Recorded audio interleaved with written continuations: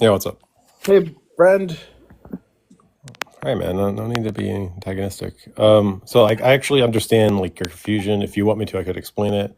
But I No, feel I like you're just don't gonna want. kind I of tell, don't. yeah, you're I'm just not gonna interested crash in. out. I've given you like. I just think it's so. Like I literally linked this guy literature. I linked a quote from Michael Butler, and so he doesn't even care about the academic literature. No. I actually agree with what he's saying. You're confused by what he's saying. I actually Okay. understand it now, but I feel like you're just gonna crash out, and I'll let you Okay. What explain. is he saying? Yeah. So he's talking about transcendental arguments as they are traditionally understood. So the classic example is the cogito. I think, therefore I am. That's not deductive, right? I think, therefore I am. I think, right? You're supposed to have It's not the cogito's not even an argument. dude. Can you stop, man? It's Uh, it's the original transcendental I argument. It can't. comes from It's okay, not. man. It's You're just not. gonna crash out, just like I said, man. The original transcendental argument was in Aristotle's book, Okay. Well, Metaphysics. Kant, yeah, I think that's actually correct. But Kant is kind of like the one that kind of like made it popular, and then it's the one that everybody refers to. Uh huh. So the cogito, okay. Well, it's But not the deductive because cogito it is doesn't. that's Descartes. I'm sorry. Yeah, I said Kant. I meant to say Descartes. I'm so sorry. Yeah, you're right about that completely. You're right about the Aristotle thing too. So yeah, Descartes is the one that's like is like credited with the first transcendental argument, right? So it's not deductive because it's just a premise, right? The cogito, and there's no inference rule. But you're supposed to know from I think, right, that it's just absurd to think that the precondition of existence could be left out. So you kind of slide into the It sounds like conclusion. you're confusing. So that would be an argument from retorsion, not a transcendental argument. But this is the classic transcendental argument. It's an argument from retorsion. Okay, so are you telling me that the cogito is Go not a trans? Google. Yeah. Are you Yes. Go you're Google. telling me that the Yeah. cogito is not a transcendental argument? Correct. Go Google retorsion. Okay, all right. Let's Google the cogito transcendental.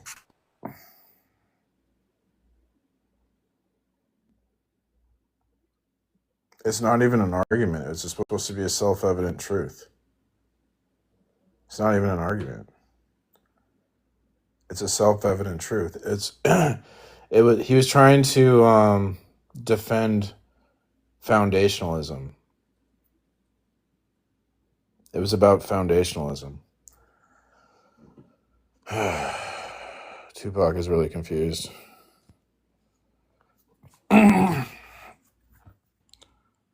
Okay, Tupac. Big bad Tupac. What's up, bro? Hear me? Yeah, I can hear you. Okay. Yeah. So I posted the link to the IEP. It talks about how Kant kind of really fleshed it out, but like it talks also about the cogito and how the cogito is understood as a transcendental argument. It's And not just an let me argument. just let me finish, man. Come on. Okay. Look, the way it works, it's almost like its own special inference rule where you don't follow an inference rule, but you stipulate a fact and you just know because it's absurd to deny the preconditions because it would be absurd to deny those preconditions. Okay, and that's what like a transcendental argument is. Now, that's probably what Butler is Can talking you? about. But Can I just talk let me now? just let me finish and then attack what I'm saying, okay, man? Look, Okay, I that's just want probably to point what out. that's what Butler's talking about. And I agree that's not deductive. But what I am saying is deductive is not transcendental arguments in general. I'm saying the tag is deductive. Why? Because the tag is presented in the deductive form of two premises and modus ponens with a conclusion. Okay? Okay, now I'm going to say something, and at the end of what I'm done saying, if you don't admit I'm wrong, I'm just going to kick you. Okay? Admit you're So, right, you mean? right. Oh, admit Correct. I'm wrong. Yeah, sure. Admit you're wrong. Yeah.